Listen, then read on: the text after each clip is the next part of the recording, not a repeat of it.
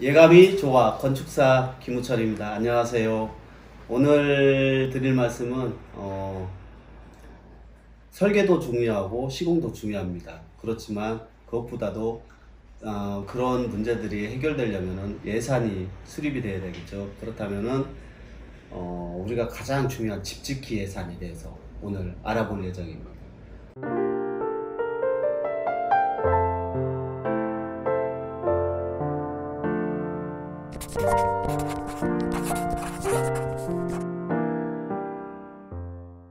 어, 오늘 여러분들을 대신해서 집짓기 예산에 대해서 궁금한 사항들을 저희 조력자이신 강미영 건축사님께서 해주실 텐데요. 강미영 건축사님 한번 인사 말씀 한번 해주시죠.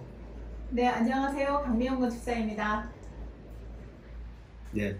그러면은 첫 번째 질문부터 시작할까요? 네, 그럼 보통 설계사무소를 올 때는 땅을 구입하고들 오시는데 예. 제가 땅을 최근에 샀어요. 그러면 제가 이 다음부터 어떤 비용들이 들어가나요? 크게 나누자면은 땅 구입한 후부터는 설계 비용, 시공 비용 들어가겠죠. 그러면 설계 때는 어떤 비용이 들어가나요? 설계 같은 경우는 일단 설계자와 설계 계약을 한다면은 설계 비용이 들어갈 거예요. 그 다음에 설계를 할 때 그 이제 대지 땅이라는 곳에 설계를 하기 때문에 이 땅 상태가 어떤지 지질 조사를 해야겠죠. 지질 조사에 대한 비용이 들어갈 테고, 그 다음에 우리 땅이 어디에서 어디까지인지 정확하게 알 수가 없어요. 그러면 지적공사에 신청을 해가지고 경계 측량을 하셔야 돼요.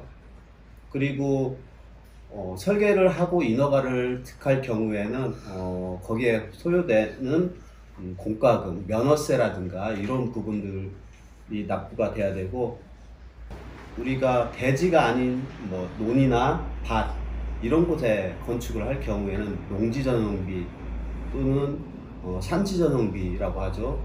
그런 비용들이 들어가고, 또 거기에서 큰 땅에다가 우리 대지를 조그맣게 할 경우에는 분할 측량을 해야 돼요. 이런 비용도 소요가 됩니다. 그러면 시공 때는 어떤 비용을 준비하면 될까요? 시공 때는 어떤 비용들이 들어가냐면은 인허가를 득하고 시공을 시작을 해요. 그러면 착공을 하고 나서 30평 도시지역에서 30평 이상을 기준으로 할 경우에는 감리가 수반이 됩니다. 그리고 감리 비용 들어가겠죠. 그 다음에 건축주 직영공사, 건축주 이름으로 공사를 할 경우에는 산재 고용 그리고 고용보험 이 비용이 들어가게 되고, 도시지역에서 기존에 살고 계신 곳에서 그 건물을 철거하고 시공을 할 경우에는 철거 비용 따로 들어가겠죠. 그러면 건축사님 말씀은 기본 이제 시공비 이외에도 여러 가지 이제 부대공사들이 들어갈 수 있다는 말씀이신데요. 예. 부대공사는 어떤 것들이 있나요? 부대 공사 같은 경우는 건물 위에 우리 경계에다가 펜스라든가 대문 만들죠. 그렇다면은 이런 뭐 담장, 펜스 이런 비용 들어갈 수 있고, 또 우리 진입로를 만들 경우에는 진입로 포장 비용들 들어갈 수가 있고요. 그 다음에 우리 대지에 빗물이라든지 이런 게 고일 수가 있으니까 우수공사 뭐 또는 정화조 공사 이런 것들 들어갈 수가 있고, 그 다음에 조경을 식재를 한다면은 조경 비용 들어갈 수가 있고요.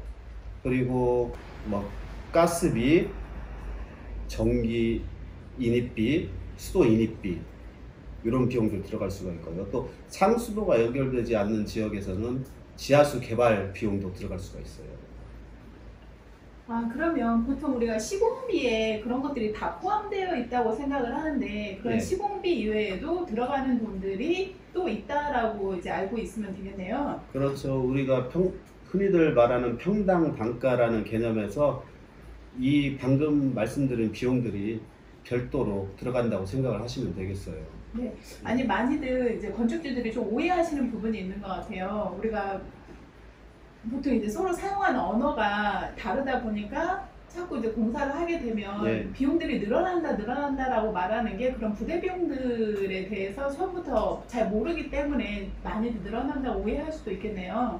예, 맞습니다.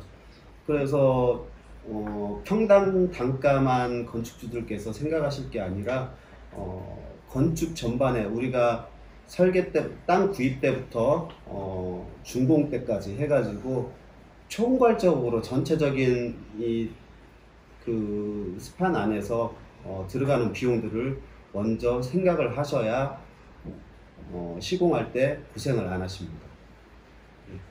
그러면 그렇게 해서 이제 집이 지어졌는데 집이 지어지고 완성이 되고 나서 준공 이후에도 들어가는 비용들이 있나요?